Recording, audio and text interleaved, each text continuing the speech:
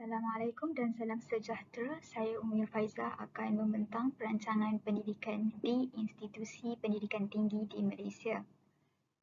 Baiklah, dalam kertas ini saya akan membentangkan mengenai dapatan daripada dua kajian Scopus. Dan berikut adalah rangka iaitu bermula dengan tajuk abstrak pengenalan teori dan model, kajian literatur, dapatan kajian daripada kertas Scopus, perbincangan dapatan kajian, isu-isu di Malaysia berkaitan dengan tajuk kertas konsep ini dan juga apakah implikasi terhadap sistem pendidikan Malaysia dari aspek perancangan. Dan akhir slide ialah rujukan. Dua kertas yang akan dikaji untuk pembincangan ini ialah pertama, Individual Learning Plans Program Evaluation of Planning Education in Junior High School Discrepancy Model, dan kertas kedua ialah Life Skills Curriculum Planning on Higher Education Based on Islamic Boarding Schools. Kertas abstrak ini akan membincangkan perancangan pendidikan di IPT iaitu Institusi Pendidikan Tinggi di Malaysia, di mana penekanan pencapaian pelajar hanya berfokuskan kepada pencapaian akademik. Jadi isu-isu seperti kurikulum yang terlalu padat, beban tugas yang berlebihan, penilaian pelajar yang menumpukan peperiksaan ujian kertas menjadi cabaran kepada pelajar-pelajar di IPT. Oleh itu, pemimpin institusi berperanan menggerakkan pendidik kepada pembaharuan pendidikan, terutama daripada segi pendekatan kurikulum dan juga penilaian modul pelajaran. Dapatan dari kajian Scopus juga menunjukkan ketidakselarasan visi dan matlamat dari perancangan yang dilakarkan oleh pemimpin yang menyebabkan ketidakberkesanan perancangan pendidikan di IPT dengan teori transformational bagi kepimpinan IPT dan juga model perancangan Franco yang begitu teliti, ianya boleh untuk melatih guru bagi memahami dan mengesan pelajar daripada aspek pemahaman dan penguasaan ilmu mereka.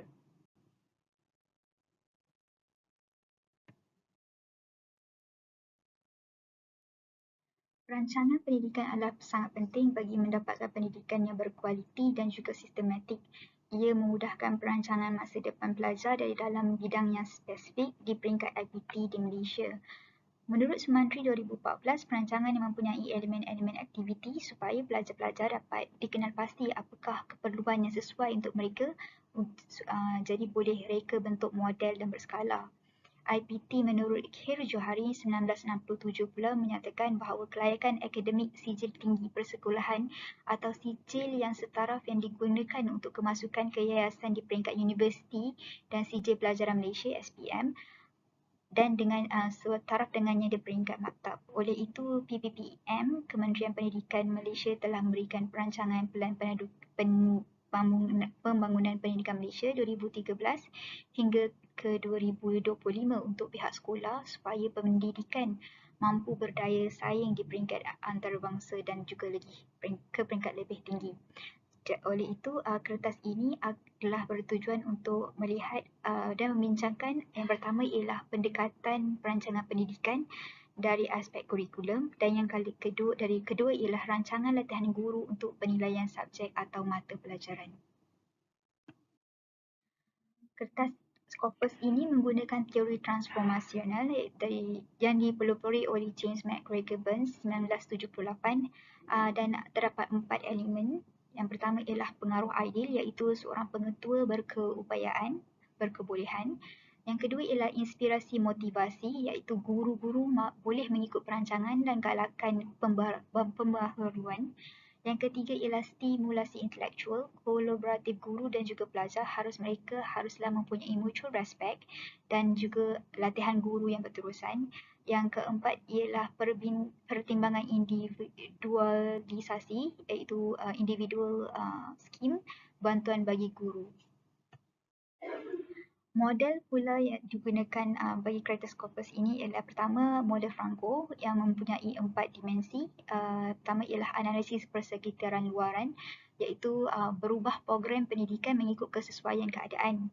Yang kedua ialah kejelasan visi, misi dan juga analisis untuk dinilai demi perubahan. Yang ketiga, analisis organisasi dalaman di mana sumber-sumber manusia dan juga sumber infrastruktur.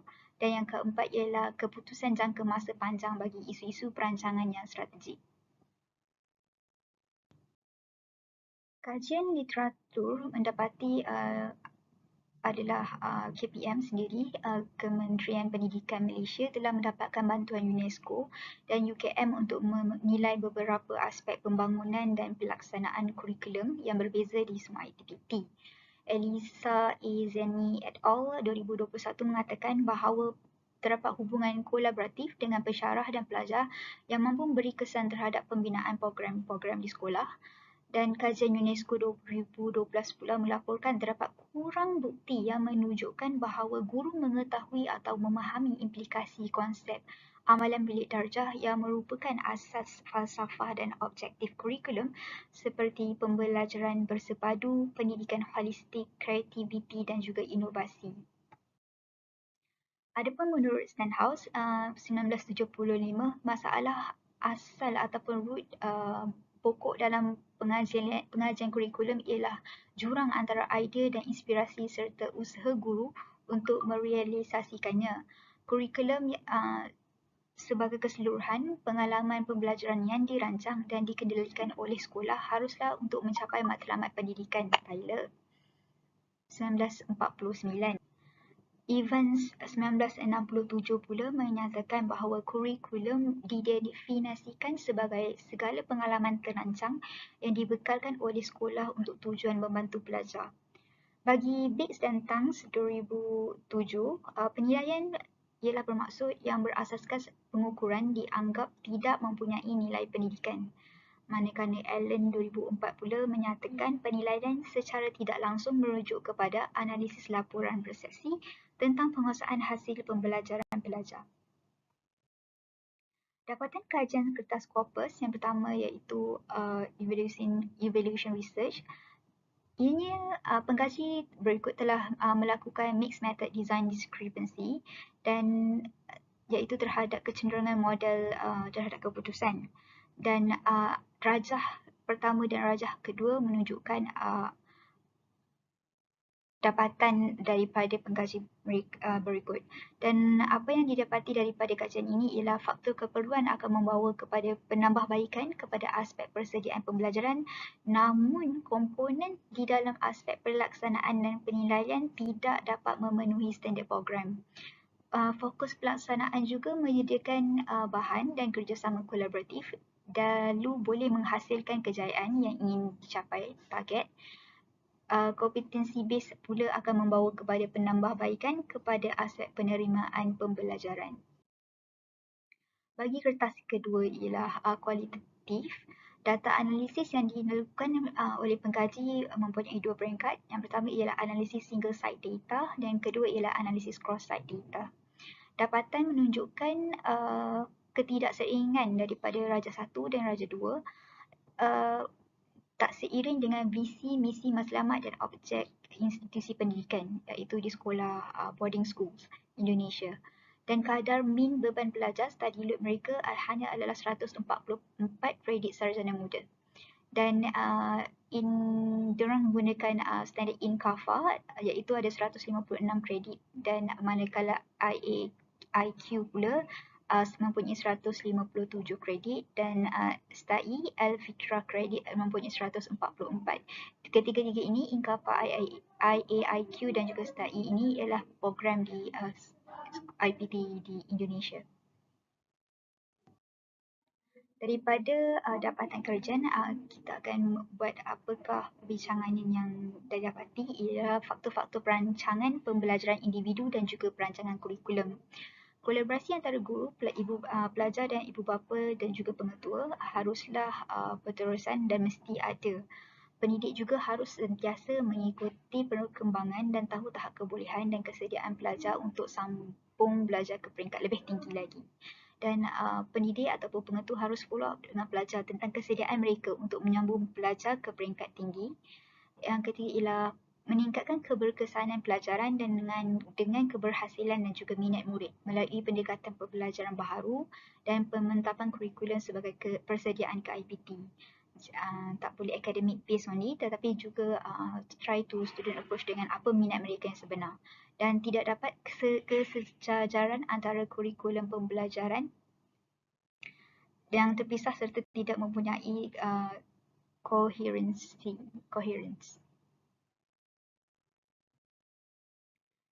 Oleh itu, tindakan terhadap masalah mampu menyelesaikan masalah pendidikan tinggi dan peningkatan keberkesanan pelajaran dengan keberhasilan dan minat murid melalui pendekatan pembelajaran baharu boleh juga akan meningkatkan mutu pendidikan dan pencapaian pelajar.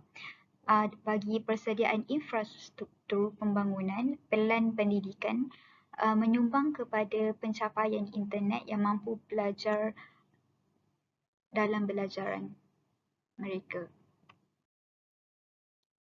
Untuk isu-isu di Malaysia yang berkait dengan keberkesanan perancangan pembelajaran ialah yang pertama, kurikulum yang sangat padat. Yang kedua ialah kualiti pengajaran dan pembelajaran kurang konsisten, iaitu guru kurang berpengetahuan lebih dalam lagi dengan subjek mata pelajaran, ataupun tumpuan peperiksaan, mereka terlalu tumpu untuk result keputusan yang baik dan ada sedikit ketidakpedulian terhadap apa yang murid itu minat sebenarnya. Yang ketiga ialah infrastruktur yang tidak mencukupi dan keempat ialah mata pelajaran ataupun kursus yang begitu banyak. Implikasi terhadap sistem perancangan pendidikan Malaysia dari aspek perancangan ialah daripada segi dasar. Yang pertama, implikasi perancangan pendidikan dari aspek kurikulum memberi kesan kepada pencapaian akademik dan sistem pendidikan lanjutan tinggi bagi warga negara kerana pelajar adalah generasi pemimpin yang akan datang. Yang kedua ialah latihan guru dalam penilaian dan permukaan pelajar akan menambah baik sistem penilaian yang wajar mengikut kemampuan pelajar supaya pelajar dapat meningkatkan diri di bidang kursus yang diminati. Yang ketiga dari aspek pentadbir, peranan pentadbir sebenarnya ialah untuk menganalisis pencapaian pelajar dan memberi sokongan kepada mereka supaya dapat melancarkan pencapaian matlamat pendidikan. Dan tambahan juga daripada aspek pentadbir ialah untuk memberi penambahbaikan kepada kekurangan tenaga, penyediaan latihan pendidik dan kursus penambahan bagi pembantu guru dan juga kemahiran merancang. Dari aspek pelajar pula ialah untuk mendapat kualiti pendidikan yang baik dengan kolaborasi dan sokongan daripada semua pihak, institusi dan pensyarah yang berkaliber. Kesimpulannya ialah kertas ini ingin menekankan isu-isu perancangan pendidikan di IPT yang selalunya hanyalah berat sebelah dan hanya terlalu fokuskan kepada pencapaian akademik pelajar semata dan menilai kebolehan pelajar daripada ujian besar. Dengan perancangan yang teliti dan pemimpin ketua transformasional yang mempunyai visi dan berkaliber, pendidikan yang bertaraf tinggi dapat dicapai melalui model perancangan yang menganalisis faktor luaran dan juga dalaman bagi membentuk pendidikan khusus yang berkepelbagaian dan berpusatkan kepada pelajar dan supaya ia dapat memberi faedah kepada pelajar sepanjang hayat mereka. Sekian.